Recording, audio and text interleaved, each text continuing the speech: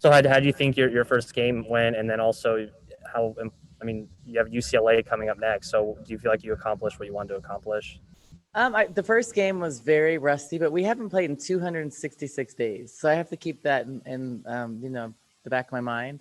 I'm just blessed for the fact that we're able to play. I look all around the country, and I honestly today was nervous up until we actually went in to warm up, just because it's so many things are changing. It's challenging, it's different. So I'm proud we got to play, and I'm glad and I'm thankful. But it's hard to coach. Not like I think just coming into a game like this, and I've been talking to friends that kind of feel the same way. You don't feel prepared because you don't really know what to prepare for. So I think for us, all the players and myself, getting used to a more distance bench, harder to talk to your players, getting used to just the environment. It kind of looks more like a practice. So we were very flat, but I'm proud that we got like the jitters out. We got our first game out. We were undefeated till today. Now we're still undefeated, which is good. I just think it's we put two more starters in the lineup, so a lot of differences. I think you'll see us improve in the next few days. What do you think about the way Kate played? I thought she played really good. I think I'm not surprised at all. Kate has improved so much. I mean, she played today like she does every day in practice. She goes hard. I mean, I think she's been the one dominating our gold jersey. She just played great. She rebounded well. She was leading our fast breaks, and she's just gotten so much better. I'm proud of her. And then rebounding and 3-point shooting, are those kind of your concerns from today? Yeah, my concerns today, I felt like we were very inconsistent just with our defense, just doing stuff we don't normally do. I thought we weren't communicating really that well, just doing things that are uncharacteristic. And I think some of that is, Shayna hasn't played basketball in a long time, like a year and a half. Um, Bendu, has been hurt. So a lot of people just they've been rusty because they haven't played. But I thought we saw some really good bright spots. The concerns are, yeah, our rebounding is a concern because I thought we had lack of focus on boxing out. I thought transition defense we could do a better job, but these are things that we definitely can get better at, and we will. We didn't shoot the ball well. I think we looked a little bit gassed, but we hadn't played a game, and practice doesn't really simulate a game. So those are things we will get better at. PJ Brown, you're up next. So, as you said, Coach, that we saw a lot of real bright spots today. Obviously, Kate picking up her 16th double-double, and she just was so aggressive and just dominated. But also there were moments for other players too. I mean, we saw a little bit of what Trinity can do, and she and then even on defense, your defense in the third quarter really picked up. And you really showed the real Arizona defense that you're known for. What was it in that third quarter that all of a sudden sort of started clicking for everyone to sort of get back to that? So I challenged them at halftime. We talked about the things we weren't doing well, and I think that they just came out with more of a sense of urgency. I think the first 10 minutes we were just rusty, nervous. It's been a long time. And so I think just getting those jitters out. I think second half we were a little bit more relaxed.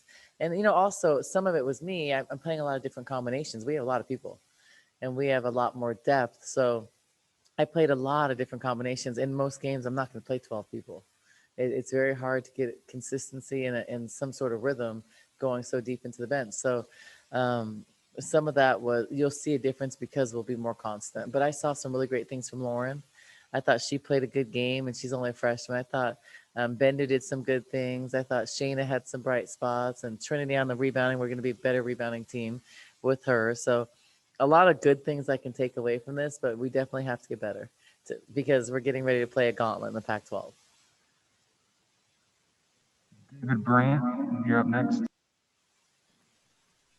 Hey, Coach, Arie obviously got off to a little bit of a slow start shooting, but it seemed like she was really affecting the game in other ways, those mid-court steals, the assists, the rebounds. Oh, just kind of what did you think of her game and how she finally got going there shooting at the end? I thought, Arie's always Arie. Her defensive effort and her heart is never a question. She plays with passion every single night. It wasn't her night shooting or her day shooting. I thought some of it was she kind of wasn't staying in her shot, just floating a little bit off balance. But those are shots she normally makes, and those shots look good and felt good to her. So those will come. They haven't played in a long time. I thought her defensive effort was great. I mean, she had 8 assists and she had 7 rebounds, so she did other things, and that's what I love about Arie. When her game, let's say her buckets aren't falling, and she's not, just feeling it on offense. She's gonna play defense. She's gonna do other things to help us win, and that's what she did today. Troy Hutchison, you're next. So following up on that, Coach, Arie Troy went for Hutchison. 8. Can you hear me? Can you hear Yeah, me? you're good. Okay. So following up on that, Coach, Arie started off 1 for 8, and in years past, if that would have happened, you guys would have struggled throughout the game. What can you talk about the depth that you guys have this year and having another option besides Arie? Yeah, I think that we're just, our team isn't just Arie. Arie's one of the best players in the country, if not the best player in the country. But we have more of a balance, which is good. It showed a little bit today because before we struggled to get multiple players in double digits in scoring.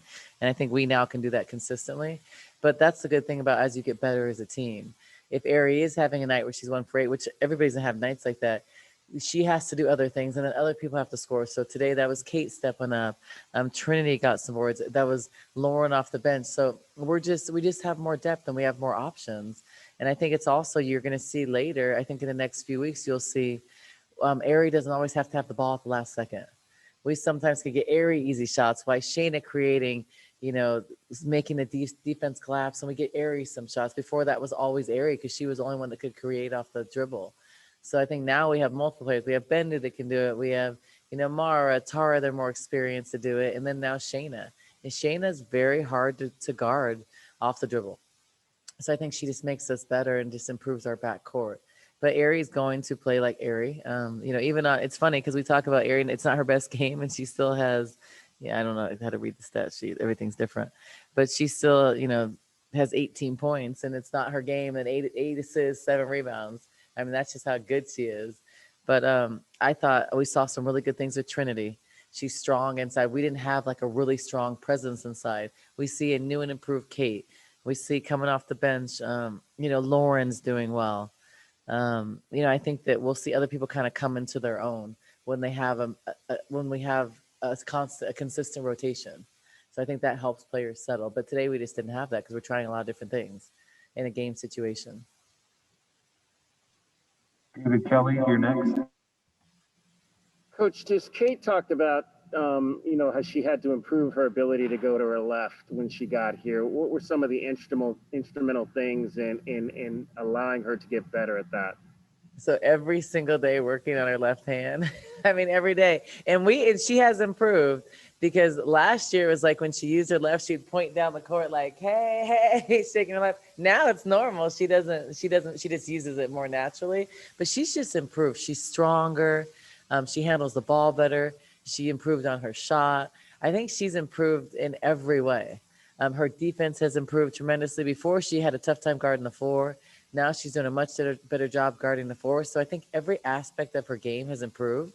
And I'm just happy to see it. Because I, as a coach, for me, when we're trying to develop someone, I like to see that every year they're getting better. And they're improving on something because then we're doing our jobs as coaches. If they're not getting better, then we're doing something wrong. So I'm just proud of her. She's put the work in. She really wants to be great. And she's putting in the work to be great. I'm just curious. JJ Nakai played up the road at Pima. What were your impressions of her tonight, and how much interaction had you had with her? I don't know if you had seen her play much when she was down here in Tucson at all.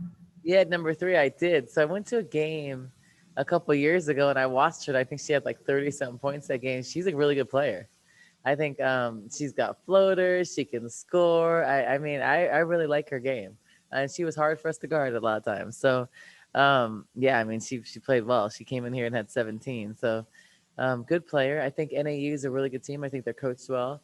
They do a really good job over there, and some of their actions kind of bothered us. And it's different because I think when we're playing schools outside the Pac-12, it's like playing 5 guards. And so then it puts our post players like Samaj, Lauren, Trinity, Kate, it puts them in a situation where they got to guard a guard, and it's challenging. I think you'll see us settle a little bit more in the Pac-12 because we'll play more traditional positions, and I think it'll be a little bit easier. But then the level is going up really fast. So the challenge for us is going to be, we don't have multiple games where we get these kinks out. Before, we usually have 2 or 3, we have a scrimmage or 2 or 3 exhibitions, and then we go into the Pac-12. Right now, we have a game, we go into the Pac-12. So that's a disadvantage, big time. And would you categorize Lauren, I guess, as being 100% coming off the knee injury, coming in as a freshman? I mean, where is she in terms of her ability to move nimbly on the court? Well, I think my feeling after being someone who experienced an ACL tear when I was playing pro, they say it takes a year, but it really takes 2 years to get back to where you're 100% mentally and physically. I think she physically is back. She's strong. She has nothing limiting her at all. But I think it just takes time. And, Lauren's playing more basketball now than she probably has ever her whole life. She's always kind of been half and half. So she's never had an off season playing basketball. So this is her first short, condensed preseason with basketball. And hopefully she continues to learn and grow, but she's awesome. She's great in every way. She's tremendous for this program. She is one of the few freshmen I've ever met that talks the way she does. So on defense, she is like the talker, the communicator, which I love. And you can't teach that. She has that. And I think that's from volleyball because they just cheer after everything and they talk all the time. So it helps for basketball. But she's got really good hands. She's a 3-point shooter. She finishes around the rim. We'll work with her more on finishing with her left and just shooting on balance a little bit more, but she's getting better. And I've seen her improve since she's been here in the last month. So she's going to be a very special player. And if she sticks to basketball, I think she can be a star. David Bryant, you're next. Hey, Coach, slightly off topic, but you're one of the few teams that I've seen this weekend that some of the players tried to wear masks while playing and everything, and some of them took them on and off and everything. And just wondering if that's something you encouraged or how you players went about doing that, just your thoughts on the whole process. Well, so after being out 266 days from basketball, I think we want to do whatever it takes. So we are one of the few teams in the country that still practices with masks. And I think if we give ourselves the best chance to play and to be a little bit more safe or provide an extra layer of safety, I think it's good. And it doesn't wearing the gaiters doesn't bother our players. So I think it's been great for us.